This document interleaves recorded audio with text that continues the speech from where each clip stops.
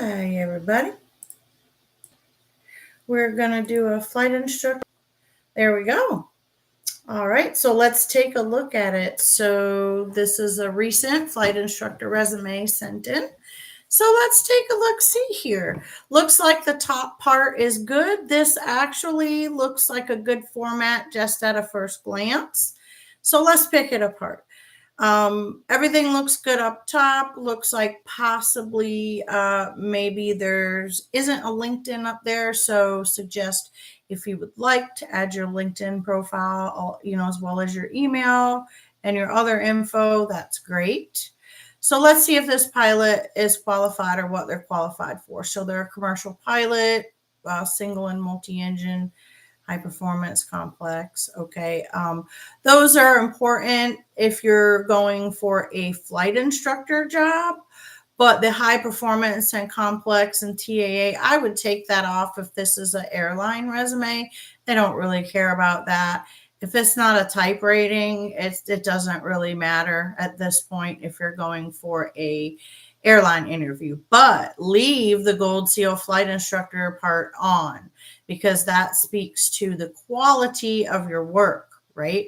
You're a flight instructor, but not only that, your quality because you make sure your students pass and are successful. And that speaks to your quality as an instructor. And look at here, the next item I see is making me like this pilot even more.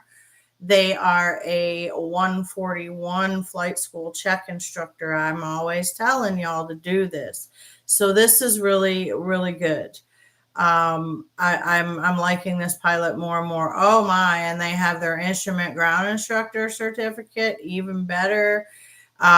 So this person has done an extra above and beyond what they need to do to get where they are going, correct? They have, they've stepped up and became a check instructor. You know what that tells me? That tells me your flight school felt that you were smart enough, knowledgeable enough, professional enough to be promoted into that position. And you have to be knowledgeable to be a check instructor. So that says a lot, but I'm also going to expect a lot going into this interview from a knowledge level, right? Because you're someone who upholds a standard. So that's what I'm going to look for when I see this pilot in this interview. U.S. passport, that's good. I always tell y'all to put that on there because there are green card holders and not everyone hires non-U.S. passport holder pilots. So don't let your recruiter be confused. Good. Got your radio license. Look here and look at this. Another gold star for this applicant is 0 check ride failures. So I'm already very much liking what I see here. What I see is a very quality pilot check instructor, no failed check rides. I mean, it doesn't get much better than this. So far, liking what I'm seeing. Flight time, of course, looks great. We've got at least, the minimums, ATP mins on the multi-time here, PIC. Cross country time's a little low. I would like to see it higher, but I understand from already reading this resume that this person is a flight instructor and they don't always have the best opportunity to build cross country time.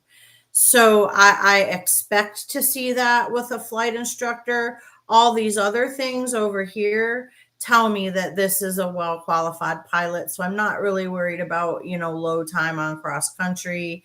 Yeah. So the cross country, instrument, and night categories are a little low. Like to see those, at least up around 100 each. The higher, the better. It just speaks to your varied experience as a pilot, various environments, etc. But because you have all the other great stuff, that we don't really probably care about that because I think the other things that you already have speak to your really good experience. But of course, the technical will sort that out, right?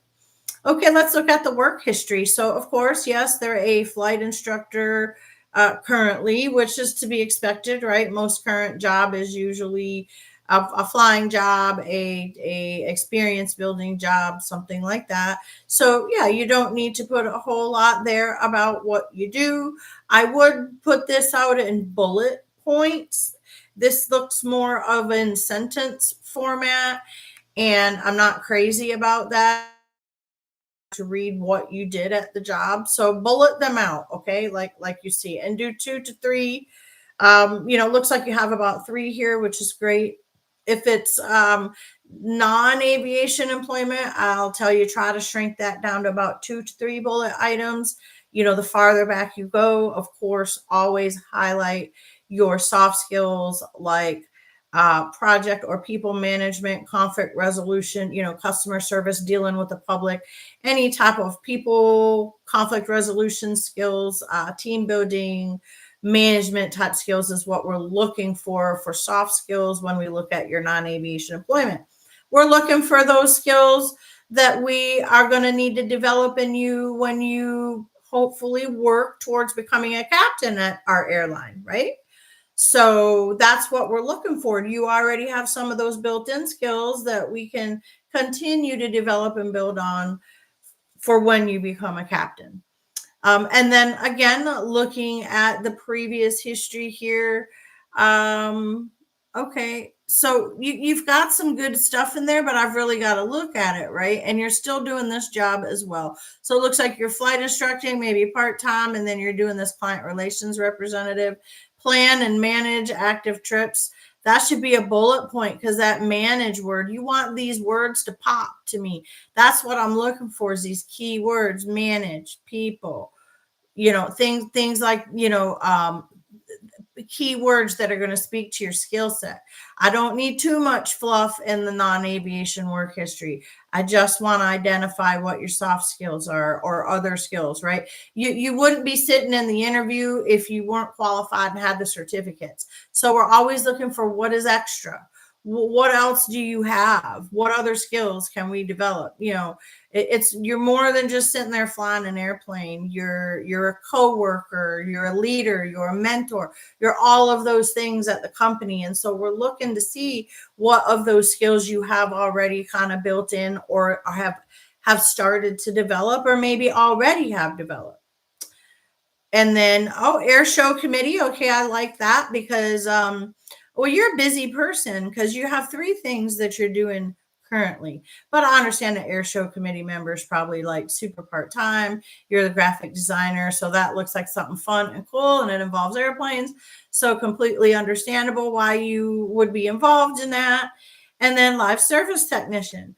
So look at this, this person, even when they weren't a pilot, was working in aviation and were around airplanes, like with their first job listed on here. So I like that. That speaks to your passion. Passionate aviators always do well. Always show your passion for aviation. Your passion will get you far. You're going to do well in this industry if you're passionate. Because there's going to be good days and there's going to be really bad days, and your passion for aviation is what is going to carry you through. Believe me. So far so good. This is looking like a really great resume. And then we have down here high school and a community college, which it looks like still attending the community college. So that's great. Continuing education, looks like it's in an aviation field. So that's great. You're expanding upon your knowledge in your current career. So all good there. And then looky here, you just some more accolades and things about yourself, which I always think is great, right? Because that's what we're trying to do. We already know you're qualified, you have the hours. So what about you? We're trying to learn about you. So overall, I would give this resume a very good grade. Just a few minor little things there, like bullet out the job duties, but overall, I think this is a really great resume. And from what I could tell by looking at an initial look at a resume, a really good pilot candidate. This is definitely someone I would want to call and do a phone screen with, and most likely interview if that went well. So hopefully this will help y'all out on this CFI pilot interview. Again, if you would like yours done, You can ping me in the comments for this video, and I will give you some contact information to send your resume to. And like and subscribe to the channel, guys. It helps me out. All the activity that you can give me on my channel always helps me to keep doing what I do for y'all. And I'll see you on the next one.